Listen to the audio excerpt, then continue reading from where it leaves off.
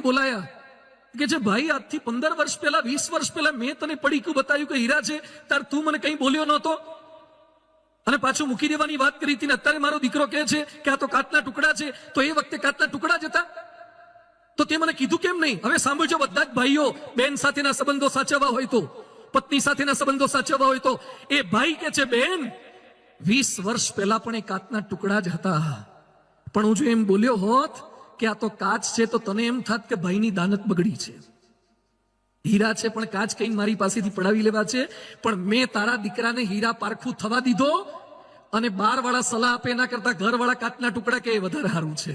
સત્ય કહેવાનો પણ એક સમય હોય છે. ઘણા કે હું તો બધાને સીધું ચોખ્ખું કહી દઉં, ચોખ્ખું ના કહેવાય. હવે સત્ય કહેવાનો પણ એક સમય હોય છે. તો સંભાળ એટલે આ છે, કેર એટલે આ છે, નિસ્વાર્થ ભાવે પરિવારના સભ્યો સાથે જોડાવાનું છે. ચંદ્ર પર કે મંગળ ઉપર છુપાયેલા પાણી શોધવાનો પ્રયત્ન કરીએ છીએ, પણ પરિવારના સભ્યોની આંખમાં પાણી જોવાનું રહી જાય છે.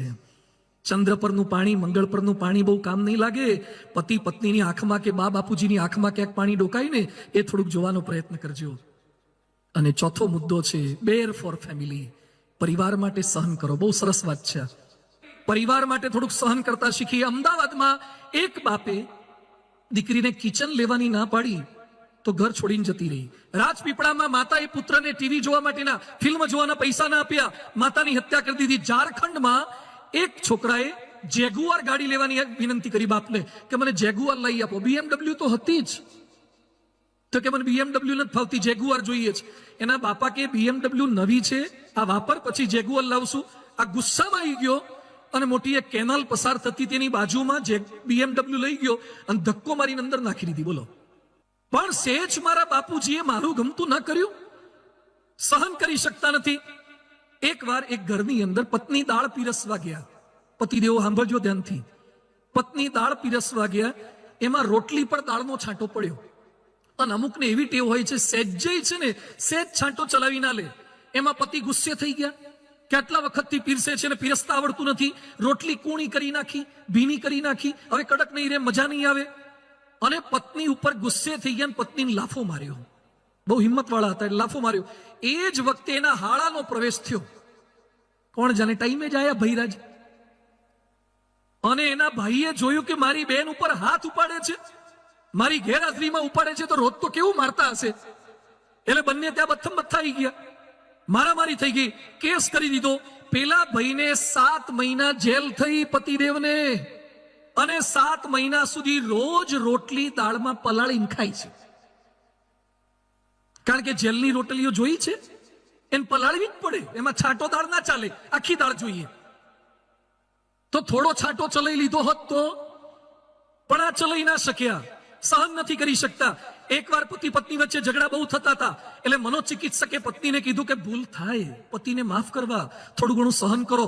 તો પત્ની કે નહીં જ કરું. એ કે ભગવાન આવીને કહેતો તોય નહીં કરું. એટલે પણ ભગવાન કહેતો એ કે ભગવાન કહેશે તોય નહીં કરું. કેમ? કારણ કે ભગવાને મારા પતિને બનાવ્યો છે, પરણ્યા નથી ને એની જોડે. પરણે જ ખબર પડે કે પતિ જોડે કેમનું રહેવાય છે. દુનિયાના તમામ માણસને લગભગ એમ લાગે છે કે આ તો હું સહન કરું, બાકી બીજું કોઈ સહન કરે નહીં. બધા એમ જ માનતા હોય છે કે મારા જેવું લગભગ કોઈ સહન કરે નહીં. અરે રામ ભગવાને શું સહન કર્યું હતું? 14 વર્ષ જંગલમાં જવાનું, કઈનો બદલો લેવાની વાત નથી કરી. લક્ષ્મણે નિસ્વાર્થ ભાવે સહન કર્યું. હવે ધ્યાનથી સાંભળજો, લક્ષ્મણે શું સહન કર્યું? પત્નીને છોડીને 14 વર્ષ ભાઈ ભાભીની સેવા કરવા ગયા. આટલી સેવા કરતા હતા તો એ સીતાએ લક્ષ્મણને બહુ જ ખરાબ શબ્દો કીધા કે તારી દાનત એવી છે કે રામ મરી જાય તો હું તારી સાથે લગ્ન કરું, એટલે તું રામને બચાવવા નથી જતો. હવે લક્ષ્મણ બિચારો પગથી ઉપર નજર કરીને જોતો નહોતો. યાદ રાખજો, તમે ગમે તેટલી ભાઈ ભાભીની સેવા કરશો ને તો એ કેટલીક ભાભીના મોઢામાંથી શબ્દો નીકળશે ખરા. અને લક્ષ્મણ રેખા દોરીને ગયો તો એ ભાભીએ લક્ષ્મણ રેખાનું ઉલ્લંઘન કર્યું, લક્ષ્મણનું અપમાન કર્યું, લક્ષ્મણ રેખાનું અપમાન કર્યું. તો એ લક્ષ્મણ બિચારો પાછો ભાભીને શોધવા માટે, મહેનત કરવા માટે પડી ગયો. ભાભી સાથે આંટી રાખી, અબોલા રાખ્યા, રીસ રાખ્યા. કેટલું સહન એને કર્યું હતું. રાવણ સામે જે સીતાની નજર પણ નહોતી કરી, એ સીતાને રામ અગ્નિ પરીક્ષામાં પસાર કરે. પણ છતાં રામે શંકા કરી છે. અરે અગ્નિ પરીક્ષા કરી અને સગર્ભ અવસ્થામાં કાઢી મૂક્યા છે. છતાં સીતાએ હસ્તે મુખે સહન કર્યું, પાંડવોએ સહન કર્યું, દ્રૌપદીનું વસ્ત્રાહરણ એ પણ સહન કર્યું. અને ભગવાન કૃષ્ણ જે સહન કર્યું છે ને, જન્મ જેલમાં થયો, મૃત્યુ પારધી દ્વારા થયું, દ્રૌપદી વસ્ત્રાળમાં પહોંચ્યા તો દ્રૌપદી પાછી શું કે, કૃષ્ણ મોડું બહુ કર્યું. કૃષ્ણ કે મોડું નહોતું કર્યું, હું તો વેઇટિંગમાં બેઠો જ તો, તું યાદ કરે પછી અવાય ને, હું તો રાહ જ જોતો હતો. કૃષ્ણ ભગવાને મહાભારત યુદ્ધ અટકાવવાના પ્રયત્ન કર્યા તો ગાંધારીએ શાપ આપ્યો કે તારા લીધે જ યુદ્ધ થયું છે, અને કૃષ્ણ ભગવાનને શાપ ખાવો પડ્યો. તો ભગવાને સહન કર્યું, ભક્તોએ સહન કર્યું. પરમ પૂજ્ય પ્રમુખ સ્વામી મહારાજના ચિત્રલેખાના તંત્રીએ પ્રશ્ન કર્યો તો લોકો ટીકા કરે, પ્રશ્નો કરે, તમને લાગતું નથી? પ્રમુખ સ્વામીજી બોલ્યા હતા કે અમને તેની ચિંતા જ નથી. બોલનારા બોલ્યા કરે, એનો વિચાર જ નથી. અરે બોલે નહીં, અક્ષરધામ પર એટેક થઈ જાય ને તો એમને વિચાર નથી આવતો. કોઈ પણ પરિસ્થિતિમાં લેશ માત્ર એ ગભરાતા નથી. આજે વિશ્વવંદનીય સંત મહંત સ્વામી મહારાજ, એમનો એક પ્રસંગ મારે કહેવો છે. મોરબી મહંત સ્વામી મહારાજ આવ્યા હતા ત્યારે મેં સંતો એમને પ્રશ્ન પૂછ્યો કે સ્વામી આપનું પણ અપમાન બહુ થયું છે, અંદરના બહારના તમારી ટીકા કરી છે, હળદૂત કરવાના પ્રયત્ન કર્યા છે, તો તમને લાગ્યું નથી? હવે સાંભળજો, મહંત સ્વામી શું બોલ્યા કે છોકર મત કહેવાય, એ તો બધાની છોકર મત કહેવાય. પછી સ્વામીજી એક વાક્ય બોલ્યા કે મને ક્યારે કોઈએ અપમાન કર્યું એવું લાગ્યું જ નથી. આ કઈ ભૂમિકા પર જીવતા હશે? એ દાઢમાં તો નહીં પણ દાંતમાંય નથી રાખતા કોઈને.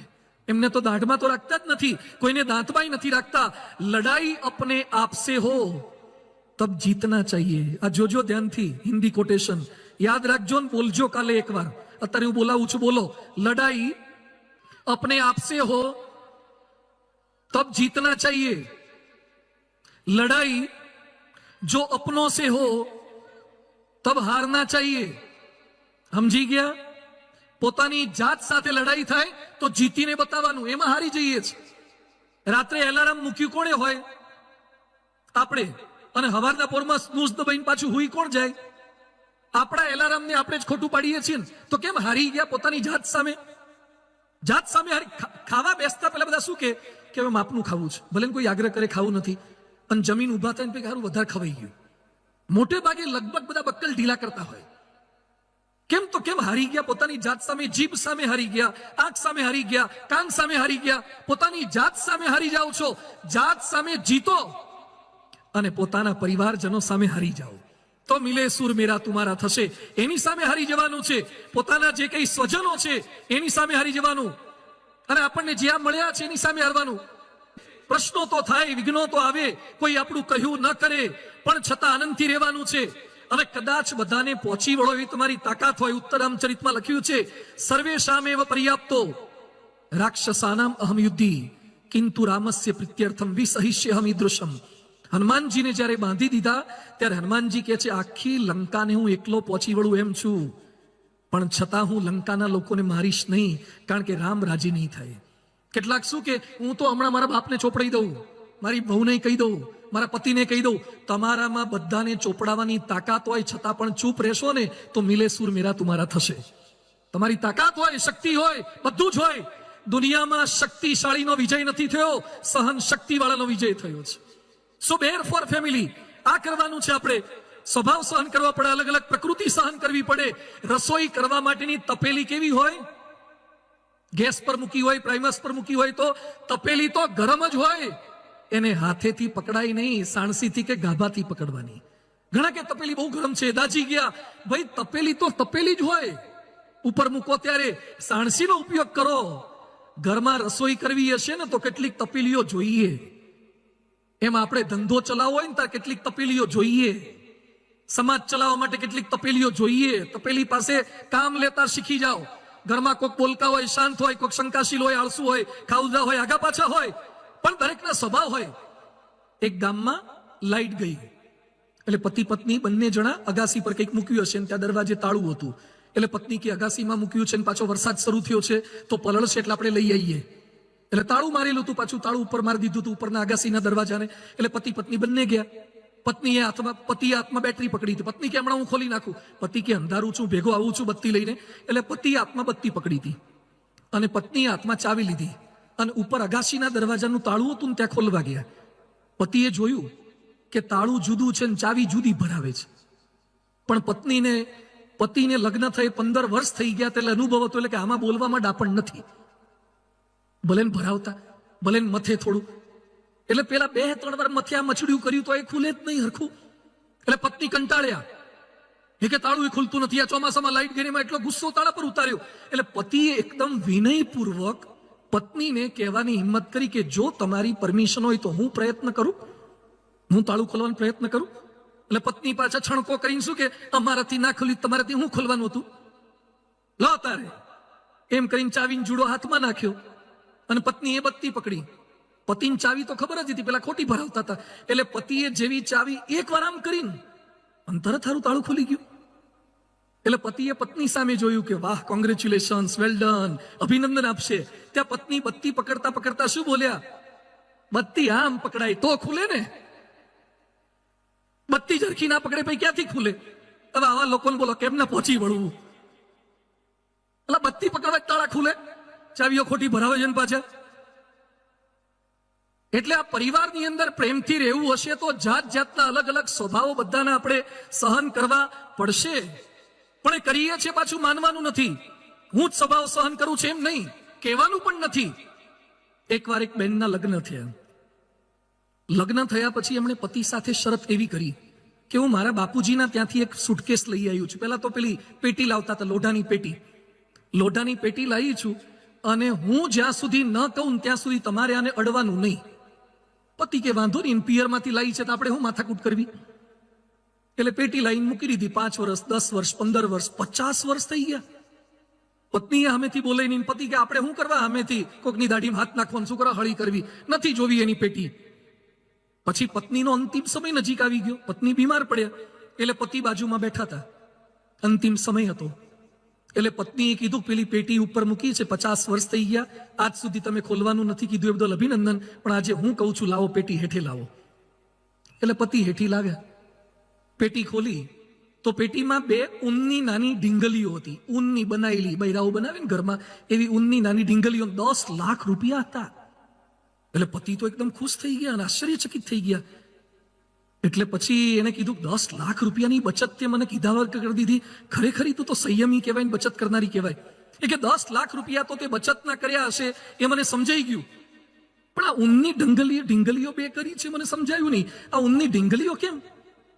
એટલે પત્નીએ શું કીધું કે મારા જ્યારે તારી સાથે લગ્ન થયા ને ત્યારે મારી બાએ મને ટ્રેનિંગ આપી હતી કે જ્યારે તારા પતિ સાથે ના બને ને, ઝઘડો થાય, તને ગુસ્સો થાય, અબોલા લેવાનું મન થાય, છૂટાછીટા લેવાનું મન થાય, એ સમયે તારે પતિમાં ગુસ્સો કરતા કરતા ઊનની એક ઢીંગલી બનાવી દેવાની, સોયો હાથમાં લઈ અને ઊનની એક ઢીંગલી બનાવી દેવાની. એટલે ગુસ્સો પતિ પર જેટલો હોય ને એક ઢીંગલીમાં ઉતરી જાય.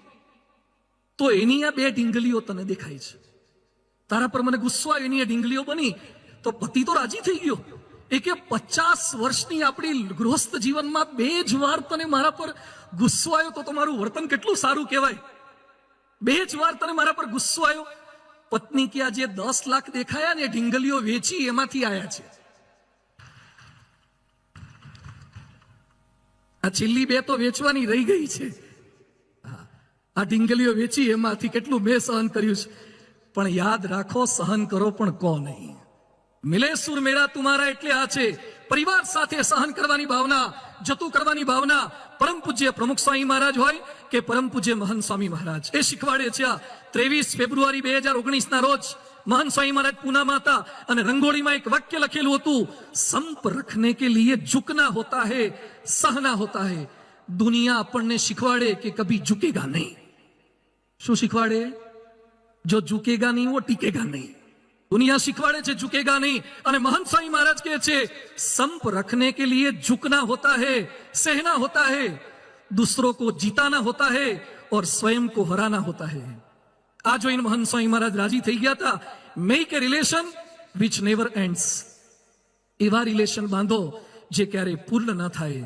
આપણે પણ આપણા પરિવારમાં પતિ પત્ની, સાસુ વહુ, નણંદ ભોજાઈ, ભાઈ ભાભી કંઈ પણ કહી ગયા હોય છતાં પણ એ સંગ્રહિત ન કરી રાખવું, સહન કરવાની ભાવના સાથે જીવન જીવવાનું છે. અને 5મો મુદ્દો છે રેપ્યુટ ફોર ફેમિલી. પરિવારનું ગૌરવ વધારીએ. મિલે સુર મેરા તુમારા એટલે રેપ્યુટ ફોર ફેમિલી. તમારા પરિવારનું ગૌરવ વધે એવું તો કંઈક કરો. તમારા નામની પાછળ તમારા બાપનું નામ પણ લાગે છે, તમારા નામની પાછળ તમારા ગામનું નામ પણ લાગે છે, તમારા નામની પાછળ તમારી અટક પણ લાગે છે, તમારા નામની સાથે સાથે ક્યાંક તમારા સગાવાલાના નામ પણ જોડાયેલા છે. બધાનું ગૌરવ વધે એવું કંઈક કરીએ.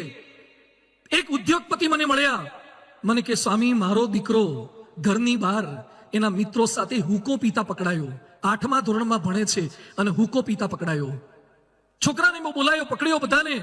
હુકો ક્યાંથી લાયા? તો પડોશીના છોકરા એમ બોલ્યા કે કાકા તમારા છોકરાએ જ હુકો લીધો છે, 35,000નો હુકો. 35,000નો હુકો લીધો. અને નવી પેઢીને કંટ્રોલમાં કરવી અતિશય અઘરી છે. નવી પેઢીને.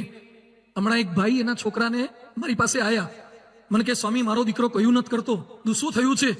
મને કે બાઇક માગે છે, બાઇક જોઈએ છે ને. તું સગવડ હોય તો લઈ આપો. મને કે ના હજી તો એ 8માં ભણે છે. તો ના લઈ આપતા. 8માં ભણે છે, બાઇક શાનું લઈ આપવાનું? મને કે જીદ લઈને બેઠો છે કે બાઇક લઈ આપો, નહીં તો હું 4 વ્હીલ નીચે ટ્રક નીચે ઘૂસી જઈશ ને મરી જઈશ. એકનો એક દીકરો છે, બાઇક માટે જીદ લઈને બેઠો છે. તો પછી એને લઈ આવજો ત્યારે ફ્રી પડે ત્યારે, સ્કૂલેથી આવે ત્યારે. મને કે સ્કૂલે ક્યાં જાય જ છે? એને તો પ્રતિજ્ઞા લઈ લીધી છે, પહેલું બાઇક પછી સ્કૂલે જવામાં નહીં આવે. સ્કૂલ બંધ કરી દીધી છે. તું ઘરે હોય તો પછી લઈ આવે. મને કે બહાર જ બેહાડ્યો છે સેમ્પલને. પહેલા તમને મળવા આવ્યો છું, હવે એને સમજાવો. તમે બહાર નીકળો, એને મોકલો અંદર. એટલે પેલા મારી પાસે આવ્યો અને પેલા એટલી હેત પ્રેમથી મેં વાતો કરીને તમારા જેવા કોઈ કાજુ કતરી આપી ગયા હતા. તે 2-3 તો મેં મોઢામાં મૂકી, કારણ કે પેલા દાઢી કરતા પહેલા પલાળવું પડે ને, થોડું કૂણું તો કરવું પડે ને, સીધું રેઝર થોડું મરાય. એટલે મેં પેલા કાજુ કતરી ખવડાવી, બધો પરિચય પૂછ્યો, હાવભાવ કર્યા, સરસ બધી વાત. 20 મિનિટ સુધી દાખલા, દલીલ, લોજિક, સાયન્સ, સ્પિરિચ્યુઆલિટી એની સાથે એટલું સરસ સમજાયું ને. પછી 20 મિનિટ પછી એ છોકરો મને શું કે, મને કે સ્વામી શું તમે બોલો છો? શું તમારી શક્તિ છે? શું બુદ્ધિ શક્તિ છે તમારી અંદર? Logic power.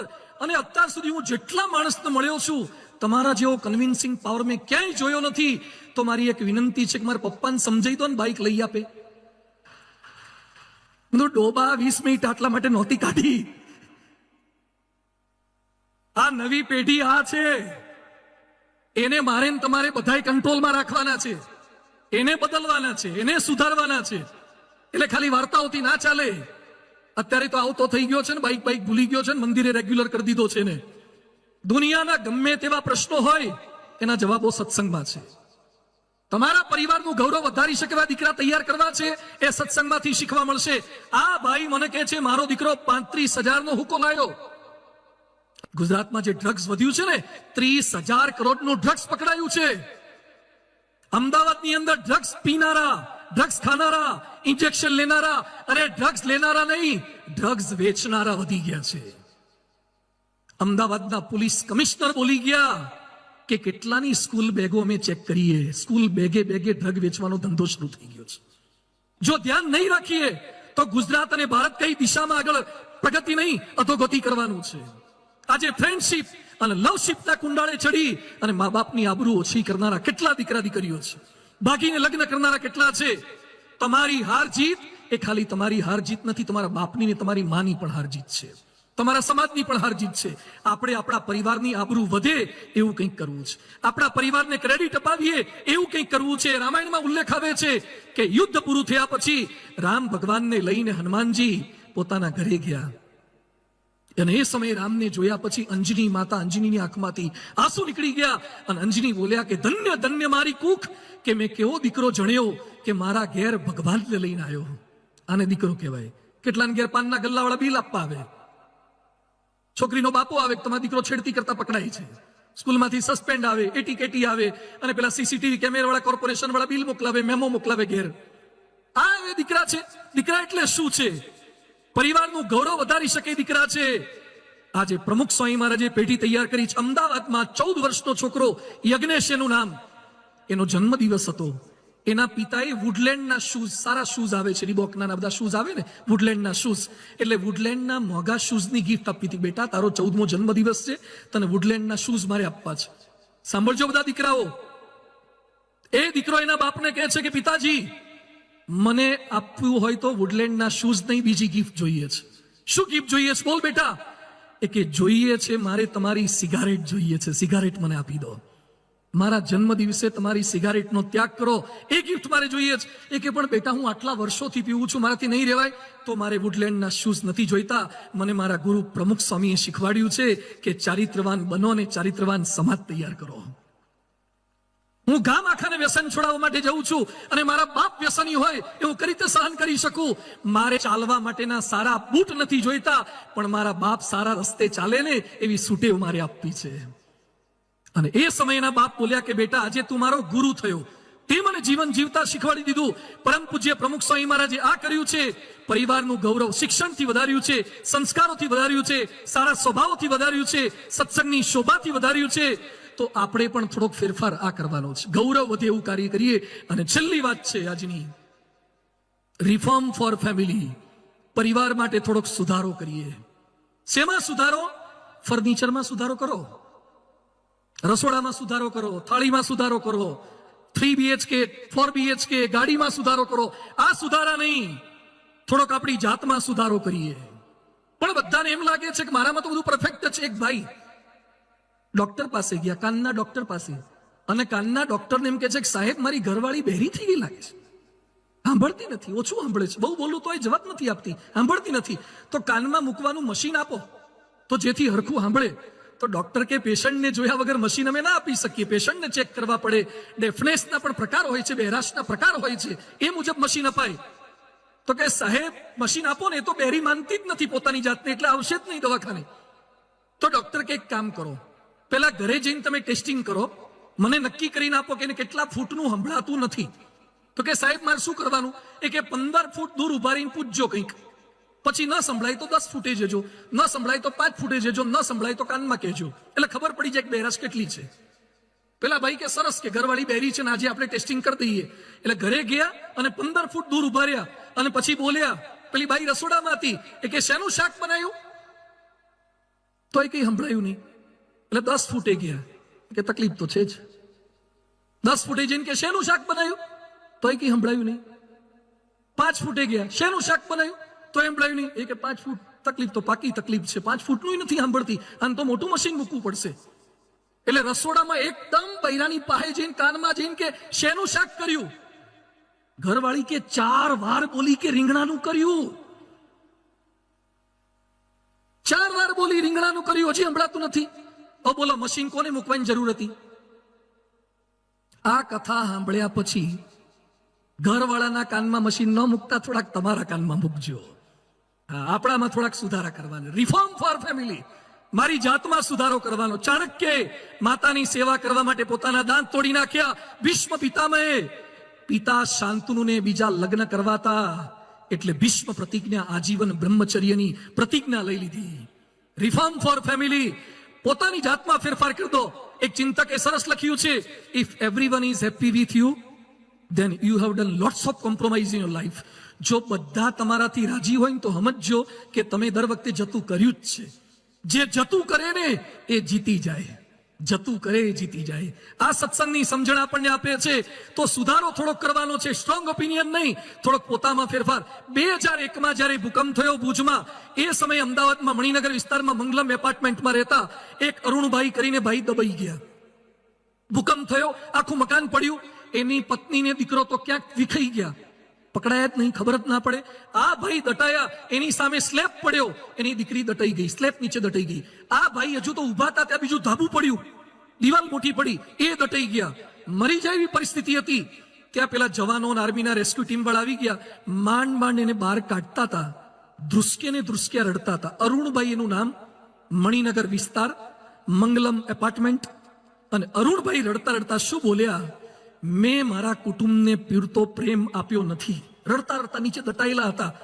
અને પછી બહાર નીકળ્યા પછી કહે છે, હવે હું મારા પરિવારજનોને જીવની જેમ સાચવીશ. અત્યાર સુધી મારા ઘરમાં દર વખતે મેં મારું ધાર્યું જ કર્યું છે. મારી પત્નીનું નથી ચાલવા દીધું, મારા દીકરાઓનું ચાલવા નથી દીધું, મારા મા બાપનું ચાલવા દીધું નથી. હવે હું બીજાને સમજાવવાનો નહીં પણ સમજવાનો પ્રયાસ કરીશ. આનું નામ મિલે સુર મેરા તુમારા. હિટલર શાહી ન કરીએ આપણા પરિવારમાં. થોડુંક બદલાવની ભાવના, મારે મારામાં બદલાવ લાવવો છે, મારી થોડીક સ્ટાઇલ બદલીશ. કેટલાક ઘરમાં અપશબ્દો બોલે છે, પત્નીને ગાળો બોલે, મા બાપને ગાળો બોલે. મહાન સ્વામી મહારાજે સત્સંગ દીક્ષામાં લખ્યું છે, ગૃહે હે મધુરામ વાણીમ વદેર વાચમ તેજેત કટુમ કમ અપી પીડિતમ નૈવ પ્રકુર્યાત મલિનાશનાય. ક્યારે ઘરમાં ખરાબ શબ્દો તો બહાર પણ ન બોલાય. જે મોઢેથી ભગવાનનું નામ લો છો ત્યાં પતિ પત્ની એકબીજાને ગાળો કરી તે બોલી શકાય. બીજાની માગણીનું ધ્યાન આપો, બીજાની લાગણીનું ધ્યાન આપો. પોતાનો એકડો જ સાચો એમ ન બોલો, કટ વળી જતા શીખો. અને મહાન સ્વામી મહારાજ કહે છે, હુ ઇઝ રાઈટ પર નહીં પણ વોટ ઇઝ રાઈટ પર ફોકસ કરજો. પરિવારને એક રાખવા માટે ફરિયાદો કે ફરમાઈશો નહીં પણ મદદનો માહોલ રચવાનો છે. એટલે પરમ પૂજ્ય પ્રમુખ સ્વામી મહારાજ કહેતા કે 5ને પૂછીને કરવું. કંઈ પણ કરવું હોય તો 5ને પૂછીને કરવું. મિલે સુર મેરા તુમારા એટલે મજબૂત દિવાલો નહીં, મજબૂત સંબંધો. પરિવાર મજબૂત થાય છે સ્નેહ અને વિશ્વાસથી, સેવા અને સહનશીલતાથી, ગૌરવસભર કાર્યો અને સ્વસુધારણાથી. આજે આ વાતો સાંભળી છે, સાંભળતા સારી લાગે પણ ફરથી જેવા આપણે એવા માહોલમાં જઈએ ને, ધૃતરાષ્ટ્રનો બહુ સરસ પ્રસંગ આવે છે. ધૃતરાષ્ટ્ર વિદુરને કહે છે કે વિદુર, તારી વાતો સાંભળું છું, તારે મને એમ લાગે છે કે સજ્જન જ રહેવાય, પાંડવોને એમનો ભાગ આપી દેવાય. પણ જેવો મને દુર્યોધન મળે છે ને ત્યાં મારી બધી મતિ વિપરીત થઈ જાય છે. યાદ રાખજો, સભા છૂટ્યા પછી દુર્યોધનને મળતા નહીં.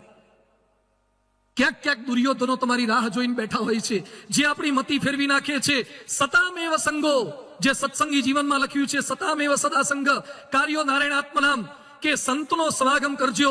જે પ્રમુખ સ્વામી મહારાજ જેવા, મહંત સ્વામી મહારાજ જેવા આવા સાચા સંત છે, જે આપણને બચાવશે, જે આપણા પરિવારને બચાવશે. હમણાં અમે એક ફાર્મસી સ્ટોરના ઉદ્ઘાટનમાં ગયા હતા. ઉદ્ઘાટન કર્યું પછી દુકાનના બોર્ડ ઉપર લખ્યું હતું લીપ કેર. તમારા હોઠ ફાટી જતા બચાવવા હોય ને તો એક ક્રીમ આવે છે, lip care, skin care, hair care, આ બધું કેર હતું. પછી મેં એને પૂછ્યું કે ઘરમાં ઝઘડા થતા હોય તો ફેમિલી કેર ની આવે છે ક્રીમ? ફેમિલી કેર, પતિ પત્ની ઝઘડ્યા બે જણાને ચોપડી દેવાનું, એવી ક્રીમો નથી આવતી. તમને ફાર્મસી વાળા તો લીપ કેર આપશે, હેર કેર આપશે, સ્કિન કેર આપશે, પણ ફેમિલી કેર તો પાલનપુરની આ કથા વાર્તા ને BAPS ના સંતો આપશે. તમારા ઘરમાંથી કોઈ વસ્તુની ચોરી ના થઈ જાય એના માટે સીસીટીવી કેમેરા ફિટ કરાવો છો, પણ તમારા ઘરમાં રહેલા બાળકોના સંસ્કાર કોઈ ચોરી ના જાય એના માટેના સીસીટીવી કેમેરા ક્યાં ફિટ કરાવશો? તો થોડોક સંકલ્પ આપણે આ કરવાનો છે. ગ્લોબલ વેબ ઇન્ડેક્સ કહે છે કે દરેક ભારતીય રોજ 2 કલાક અને 40 મિનિટ જોજો. દરેક ભારતીય રોજ 2 કલાક ને 40 મિનિટ સોશિયલ મીડિયા પાછળ આપે છે. મહિનામાં 80 કલાક, વર્ષમાં 864 કલાક, એટલે કે 40 દિવસ મીડિયા પાછળ આપે છે. આટલો સમય જો ત્યાં આપીએ છીએ તો આપણા પરિવાર માટે સમય આપવાનો છે, સંકલ્પબદ્ધ થવાનું છે. અને મહાન સ્વામીજી એક વાક્ય સરસ બોલે છે કે કીડી ગમે તેટલી ઉતાવળમાં હોય તો એ સામે આવતી બીજી કીડીને હેલો હાવ આર યુ કરીને પછી તરત આગળ જાય. જોયું છે ને તમે? કીડીઓ કેટલી સ્પીડમાં ચાલતી હોય તો બીજી કીડી આગળ સહેજ ઊભી રહી જાય અને પછી આગળ જતી રહે. કીડીઓ ગમે તેટલી ઉતાવળમાં હોય તો બીજી કીડીને મળવાનું ભૂલતા નથી. તો આપણે તો માણસ છીએ તો બીજાને મળવાનું કેમ ભૂલીએ? એના સ્વજનો સાથેના સંબંધો સુધારવાનું કેમ ભૂલીએ? પારિવારિક શાંતિનું પંચામૃત એટલે નમી દેવું. આ 5 શબ્દો મારે બોલાવા છે, મારી સાથે બોલજો. નમી દેવું, ખમી લેવું, હસી લેવું, ભૂલી જવું, જપી લેવું. આ પરિવારનું પંચામૃત છે. ગમે તેવા પ્રશ્નોની અંદર સ્થિર રાખશે. Love for family, loyal with family, care for family, bear for family, repeat for family, reform for family. આપણે પણ આપણા પરિવારને મજબૂત કરવાનો છે, પણ ખાલી પરિવારને નહીં, દેશને મજબૂત કરવાનો છે. એ વાતો પણ મારે કરવી. છેલ્લી 5 મિનિટ પરિવારને મજબૂત કેમ કરવાનો છે? તમારા, મેં ગઈ વખતે ઉલ્લેખ કર્યો કે ભાઈના ઘર આગળથી અમે ગયા તો ઘર પર લખ્યું હતું હાશ. શું લખ્યું હતું? હાશ. હવે ઘર પર તો માતા મહાદેવનું નામ લખવાનું હોય, હાશ થોડું લખાય. એટલે મેં પેલા ભાઈને પૂછ્યું ઘર પર કેમ હાશ લખ્યું? મને કે આગા પાછા ઊંચી ના કર્યા તાર મન પૂરું થયું એટલે હાશ લખ્યું. બધું હવે હાશ થઈ. મને કે ના, નવા પ્રોબ્લેમ થયા. અમદાવાદમાં એક ડોક્ટર પિતાએ એની દીકરી એની પાસે આઈફોન માગ્યો. હમણાં 2-4 દિવસ પહેલાનો પ્રસંગ છે. દીકરીએ આઈફોન માગ્યો, એના બાપે ના પાડી. દીકરી ગુસ્સે થઈ ગઈ અને શોકેસમાં જેટલી એન્ટિક આઇટમો હતી બધી ફેંકી દીધી. પછી હજી ગુસ્સો હતો કે મને આઈફોન મારા બાપે ના કેમ આપ્યો? એટલે દીકરીએ ચાલુ પંખામાં હાથ નાખ્યો. એના બાપે હાથ તો પાછો ખેંચ્યો. ઘરની વસ્તુઓ તોડફોડ કરી નાખે. ડોક્ટરથી કંટ્રોલમાં ન થઈ એટલે ડોક્ટરે અભયમ, જે પેલી યોજના આવે છે અભયમ ફોન કોલ, એમાંથી બાઈઓને બોલાવી અને મારી ગુસ્સાવાળી દીકરીને કંટ્રોલ કરો એ વિનંતી કરી. પેલી બાઈઓએ દીકરીનું કાઉન્સિલિંગ કર્યું. તારી છોકરી શું બોલી? હું એકની એક સંતાન છું. હું ના સાંભળવા માટે ટેવાયેલી નથી અને મારા બાપે મને આઈફોન આપવાની ના કેમ પાડી? હું સહન નહીં કરી શકું. કઈ દિશામાં આપણી નવી પેઢી જઈ રહી છે? અહીંયા બેઠેલા તમામ મોટી ઉંમરનાને મારી વિનંતી છે, અમે આજે જે પ્રયત્ન કરી રહ્યા છીએ એ સમાજ માટે પ્રયત્ન કરી રહ્યા છીએ. આવનારા દિવસો ખૂબ ભારે છે. તમારી હાજરીમાં દીકરા દીકરી જુદા છે અને ગેરહાજરીમાં જુદા છે. છૂટાછેડાના પ્રમાણ વધી રહ્યા છે, હત્યા આત્મહત્યા વધી રહી છે, ડ્રગ્સ નાર્કોટિક્સ વધી રહ્યા છે અને ભારતમાં ભ્રષ્ટાચાર દુરાચાર વધી રહ્યા છે. મોટા મોટા મોલ થવા લાગ્યા એટલે પૂરું થઈ ગયું. આજે અમેરિકામાં હમણાં ટેક્સાસનો પ્રસંગ તમે સાંભળ્યો હતો. ટેક્સાસમાં છોકરાએ 19 બાળકો અને 2 સ્ટાફ 21 સભ્યોનું મર્ડર કરી નાખ્યું. એની પહેલા કનેક્ટિકટમાં એડમ લાંજાએ 21 જણાને મારી નાખ્યા હતા ઓબામાના સમયમાં. અને ઓબામા બોલ્યા હતા અમેરિકાને હલાવી નાખે એવી ઘટના છે. આ વખતે ટેક્સાસમાં 21 મર્યા. રાષ્ટ્રીય શોક જાહેર કરવો પડ્યો છે. અમેરિકાની 33 કરોડની વસ્તી છે અને 34 કરોડ બંદૂકો છે. 34 કરોડ બંદૂકો છે. અમેરિકાની કેટલી સ્કૂલમાં મેટલ ડિટેક્ટર મૂકે છે? ભારતને કઈ દિશામાં લઈ જવું છે? આમાંથી જેટલા ભારતવાસી હોય, ભારતના છીએ આપણે બધા, ભારતવાસી છીએ. હું ભારતમાં છું પણ ભારત મારામાં ખરું કે નહીં? ભારતનું જેટલું વિદેશીઓએ બગાડ્યું છે એના કરતા દેશીઓએ બગાડ્યું છે. નર્મદા યોજનાનો પ્રારંભ કર્યો ત્યારે સિમેન્ટની થેલીનો ભાવ હતો 15 રૂપિયા અને પૂરી થઈ ત્યારે 350 રૂપિયા થઈ ગયો હતો. કેમ નર્મદા યોજનાને પૂરી કરતા આટલી વાર લાગી? સિમેન્ટ ખૂટ્યો હતો, લોખંડ ખૂટતું હતું. ભારતમાં ખૂટતું તત્વ શું છે? 1.25 અબજની વસ્તી. વિશ્વના દરેક ખૂણે ખૂણે ભારતીયો જો વિશ્વ આખાની અંદર ટેકનોલોજીમાં કે દરેક ફિલ્ડમાં નામ રોશન કરી શકતા હોય તો ભારતમાં કેમ નહીં? આઝાદી કા અમૃત મહોત્સવ તો આપણે ઉજવીએ છીએ પણ સાચી આઝાદીનો અમૃત મહોત્સવ કેમ છે? ખૂબ મોટી સંખ્યામાં બધા જ હિન્દુસ્તાની અનેક લોકોને પરિવારજનો સાથે પધારીએ, આપણા પરિવારને સુખી પરિવાર બનાવી શકીએ અને આપણા રાષ્ટ્રને શ્રેષ્ઠ રાષ્ટ્ર બનાવી શકીએ એવી વાતોને સાંભળીએ. ખૂબ ખૂબ આભાર. સૌ કોઈનો આભાર સાથે અભિનંદન. જય સ્વામિનારાયણ.